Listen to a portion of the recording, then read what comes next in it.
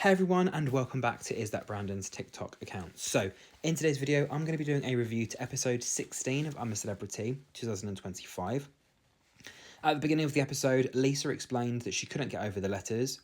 Vogue said that she doesn't know how they keep up their chat in terms of Tom and Ruby just constantly talking English literature.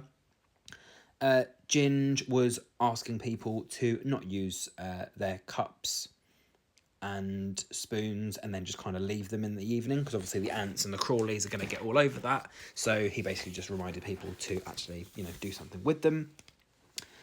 And then, Eddie explained that he felt a lot of emotions. It was a bit of a whirlwind for him, and someone was just about to leave.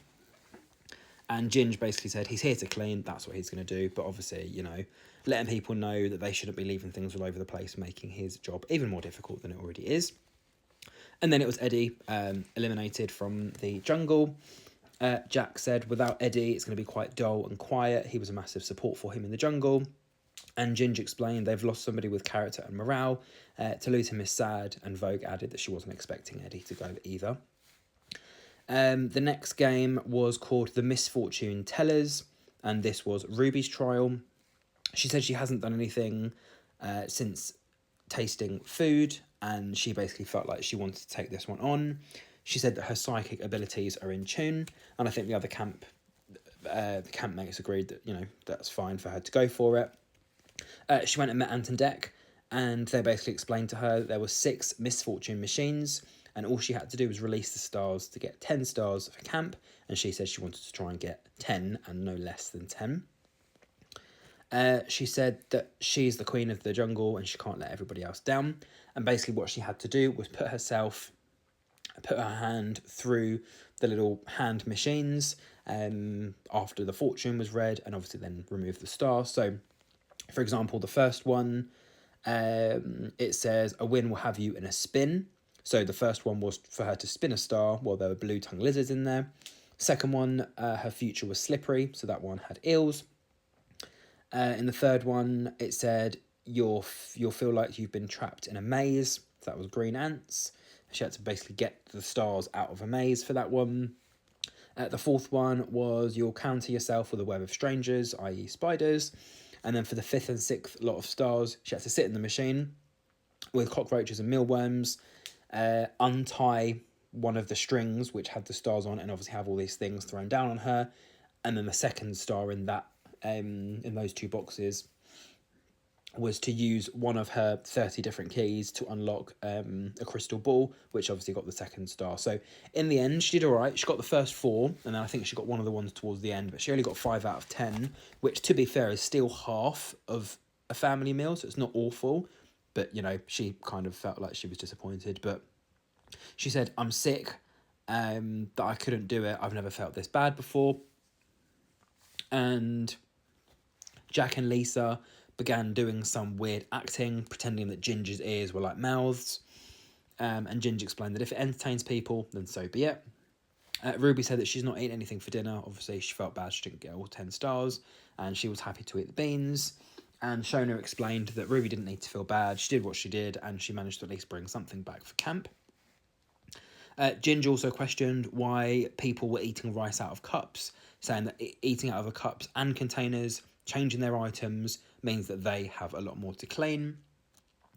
Vogue said that things should be clean, and Kelly explained that it adds a variety, especially if they're eating the same foods in the morning and the evening, that using a different container or saucepan or cup or whatever almost makes you feel like you're eating a different meal. Vogue said that everyone has the right to clean bowls in the morning, so I guess it was a bit of a sassy moment there of like, actually do your cleaning, and then, we'll actually be able to use the same bowl. H and Ginger were having a chat while they were doing the washing up, with H saying that people are saying that they're not doing anything in terms of their chores.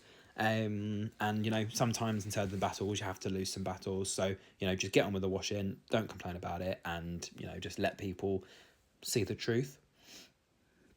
Shona said she also didn't appreciate being woken up by Kelly, who basically shook her hammock to get dinner ready.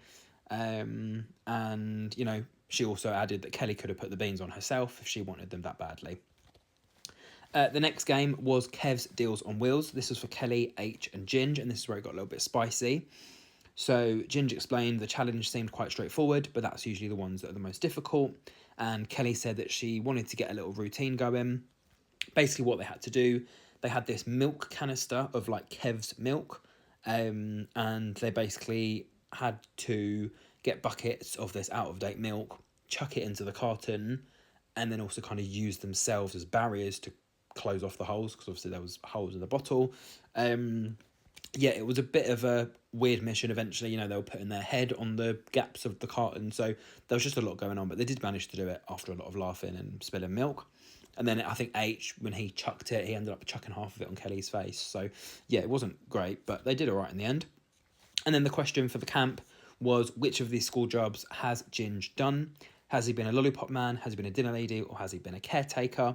They all voted for dinner lady, and it was the correct answer. So they revealed that they had won Jack's letter and 20 of these milk bottles and stuff. So Ginge suggested they should eat 10 of the milk bottles and keep 10, and say that they were playing for the letter and 10 milk bottles, with Kelly saying that that's actually three milk bottles each, and there's 10 to share between all of them when they get back to camp. Bit naughty, but I guess if you're in the jungle and you're hungry, you just have to do what you have to do. Lisa explained that for the amount of work you do in these trials, you don't really get much for it. Little did she know at this moment in time, they'd actually eaten 10 of the treats. Kelly said you only need one of them because, the flavour's just so good. And H was looking at the camera saying, do I look like a guilty man? Because I'm not. Kelly said that Jack's letter was from his wife. It was nice to see him in his element, making meals, being the camp protector. And obviously it's heartbroken to see him in vulnerable times, but he's obviously in good hands. And for dinner they had hare, with Ginge saying that the closest he's been to a hare is playing the character in Alice in Wonderland. And Ruby explained that she wouldn't be eating anything tonight. She needs to think of the children, as in the other campmates, basically, that they were, hungry. Ginge said that to H, if anyone eats out of a cup, they're going to go on strike. And we found out that the third campmate leaving the jungle was either going to be Vogue or Kelly. And we found out the third person leaving was Vogue. So she actually survived 13 days. She was one of the 2 chief explorers, and she braved snakes, pig brain, and managed to get 11 stars on her water trial. Tom also said that she is a fine chum and she's a raging beauty. Ruby said she was a beautiful woman and funny. She explained that she had so much fun, and the whole cockroaches situation managed to get her over that fear. So Anton Deck said, well, that's good. At least you got over your fear. They asked Vogue whether she thought it was harder than she thought it was going to be, or whether it was a bit of a surprise.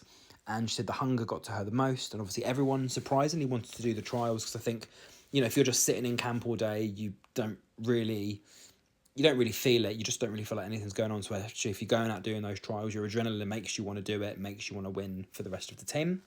And it gets you out of camp as well. She said in terms of the chief explorers, Jack was obviously rebelling against them. And Ginge said that Tom and Vogue should be earning their own badges. She said she didn't realise that Jack and Ginge felt that way about them. And she first said that initially it was almost like she was invading their space. And it took about 4 or 5 days for them to actually be blended in and, for them to be taken in by the other campmates. Anton Deck asked about chores, and she said that there was a lot of people not pulling their weight in terms of the chores, such as H and Ginge. And, the whole how many bowls and cups and plates and things should you use. And she said, well, you're doing the washing anyway, so what difference does it make whether you're washing 1 bowl or 2 bowls, because you're still going to have to wash it all anyway. So she didn't understand what the issue was there. That was also revealed to her, the whole Ginge, Kelly and H, Kev's Wheels on Deals, or Deals on Wheels, obviously the splitting of the 10 treats. She said out of the 3, she was surprised at Kelly. That's something that she didn't think she was going to do, nor she would do that herself. She also explained that she's not a rule breaker, but she feels like she's going to start stealing things again because, everyone else seems to be doing it. Her Balls of Rage challenge, and, Vogue also explained that she knew Ginge brought the butter in, that he basically found it half empty somewhere, but she wasn't going to use it because it was full of sticks and mud. She spoke about her Balls of Rage challenge, explaining it was so much fun, and she said in terms of her winner, She said Ruby's got it in the bag. She's so funny and she just gets on with it. So we found out that we only have 9 of the campmates left. So we have H, Ginge and Jack, Kelly, Lisa and Martin, Ruby, Shona and Tom. And again, it was up to people to vote for who they wanted to stay and who they wanted to go, because I'm presuming we were going to lose another campmate at some point in one of the next episodes. So yeah, that was it. And yeah, that's the end of episode 16. So if you did enjoy, don't forget to like, subscribe and share. And until my next review, thank you for watching and goodbye.